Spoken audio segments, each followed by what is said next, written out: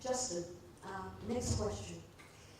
Can you share what, in your perspective, makes for a best-in-class DSP? As many examples that you want to share with us as you can share with us would be absolutely great. Okay, thank you. Just to let you know as well, before I wrote some bullet points down this morning, but I didn't realise I'd be sat in the dark, so it's quite difficult to read some of them, so bear with me please. I think for me it's really important, that suppliers go the extra mile. And when I'm sort of saying go the extra mile, there's lots of times where we have a client maybe move, an example would be where a client's moving into maybe quite a remote location, and that client just wants to maybe headline details on schooling or housing, for example. But I think, for me, we're looking for that supplier to not just come back with the real sort of basic. That supplier is the expert in that region. We'd really be looking for them to, like I say, go that extra mile and give us some really good information that we can provide for our end client. Secondly, I think obviously, quality is key. Really good performance from our DSPs in terms of quality scores is absolutely critical. So obviously, that is very important. But I think as well, it is those suppliers as well who are consistently performing really well, is that they still continue to try and raise the bar. But when I say that, I mean they're sort of consistently coming back to me and just sort of saying, right, what can we do this to improve something more? Can we do that? Interesting. An example would be maybe around temporary housing, for example. If an assignee's moved into a property, just making sure that when they move in on that first day, there's a phone call to make sure they're satisfied with the apartment. 3 weeks in, then maybe get another call. If things are not particularly working well, then the calls maybe come a bit more often. But I think in terms of that, just really consistently trying to raise the bar. I think another key point for me is in terms of our suppliers is that they have a can-do attitude. I think a lot of the time, we get requests, real short notice. So, clients don't come to us and say, I'd like this information and I'd like it in 3 weeks' time.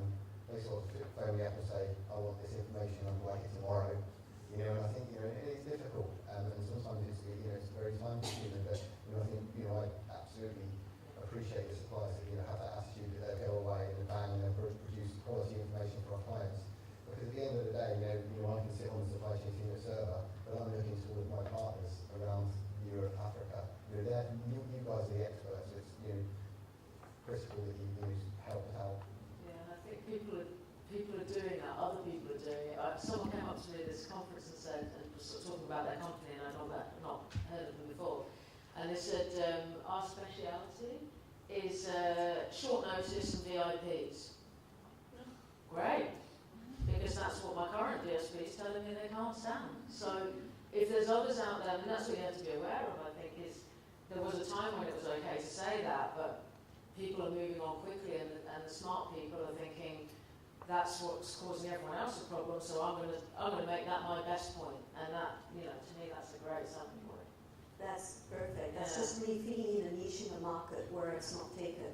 And going to what you were both saying, I don't think we're necessarily looking at doing more and building costs. It may be doing things in a different way, like maybe providing a webinar instead of a face-to-face briefing, where the expat can do it at 3 o'clock in the morning if that's what they want to do, and these days that's what they want to do. So I think we have to be agile as DSPs to actually respond to those needs.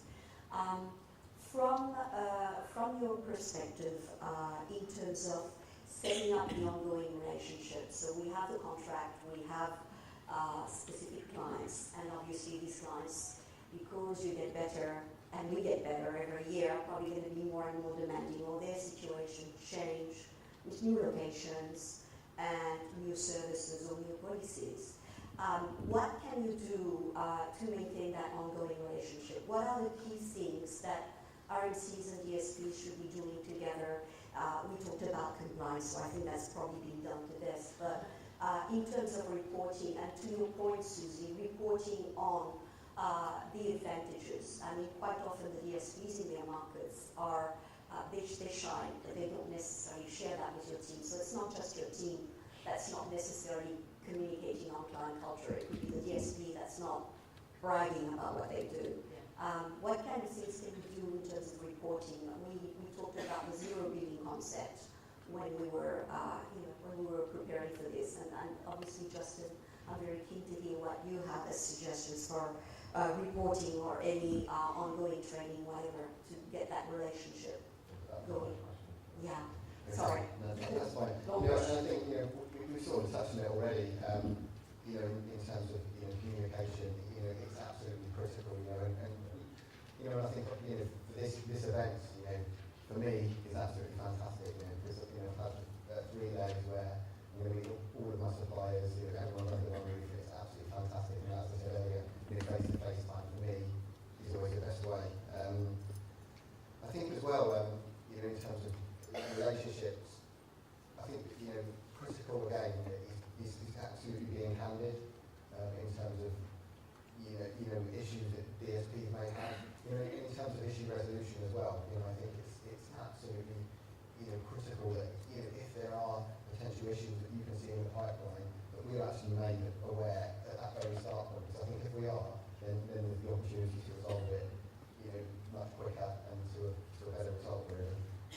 And I think as well, providing feedback as well. I think this works both ways as well. I don't think it necessarily should always be from the supply chain team, within the SIRVA, Brookfield, wherever.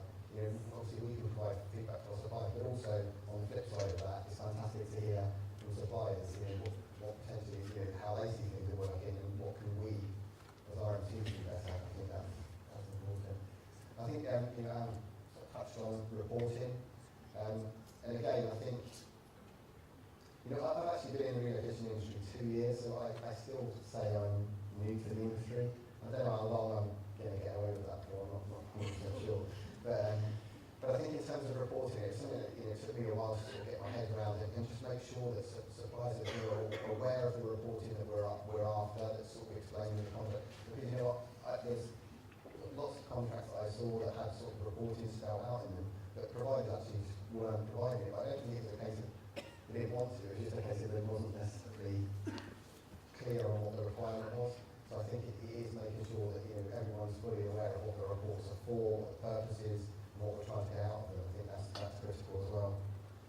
And I think I sort of touched on this again earlier, but I think again, I look at the DSPs, you guys are the experts. So I really appreciate it when DSPs come to me and just feed me information rather than the other way around. Sometimes when I'm going to DSPs, if DSPs are coming to me, they're the experts. I think that's really helpful. Yeah, I think that's a really good, that's sort of the point I was wanting to make as well, was there seems to be an expectation, and I try to imagine myself having the same expectation of one of Brookfield's clients, that the RMC's job is to constantly reach out to DSPs and other suppliers and give you information.